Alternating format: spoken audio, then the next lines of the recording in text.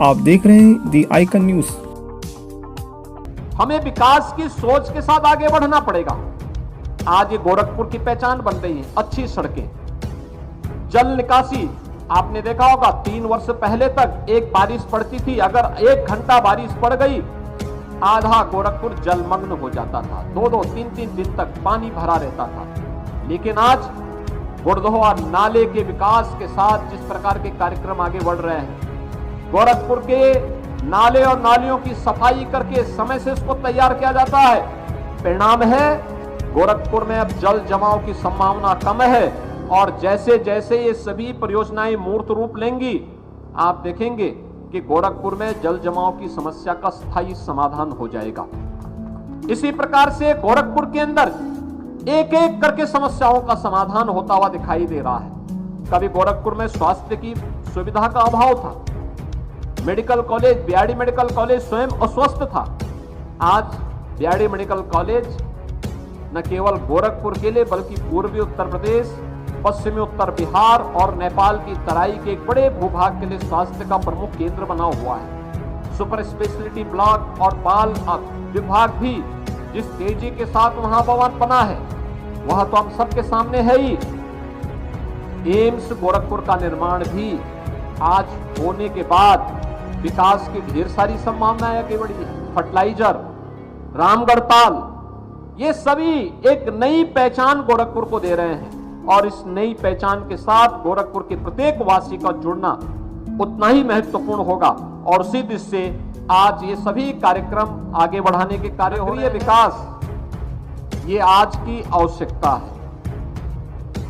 अगर भारत को दुनिया के अंदर एक इकोनॉमिक पावर बनना है, एक आर्थिक महाशक्ति के रूप में अपने आप को स्थापित करना है, उसमें से नगरीय विकास एक महत्वपूर्ण पक्ष है।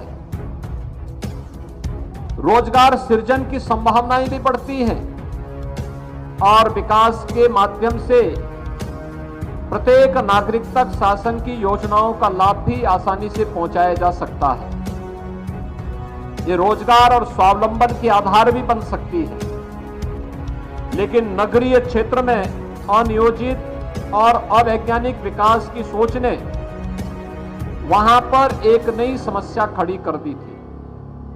गंदगी के ढेर, आप किसी भी बड़े महानगर में आप चले जाइए, सबसे पहले आपके दर्शन होते थे एक बड़े से ढेर पर, एक बड़ी सी पहाड़ी पर, वो कूड़े का पहाड़ हुआ करता था।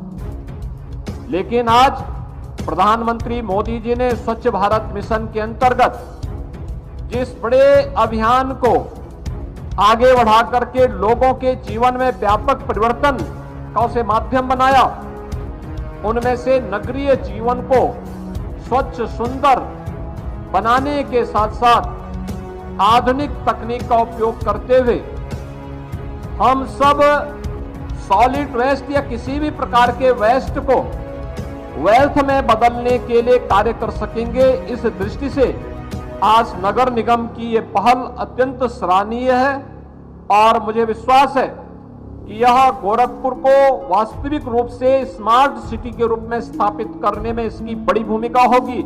एनटीपीसी को इसके लिए मैं हृदय से धन्यवाद देते हुए इस पूरे कार्यक्रम के प्रति अपनी शुभकामनाएं देता हूं।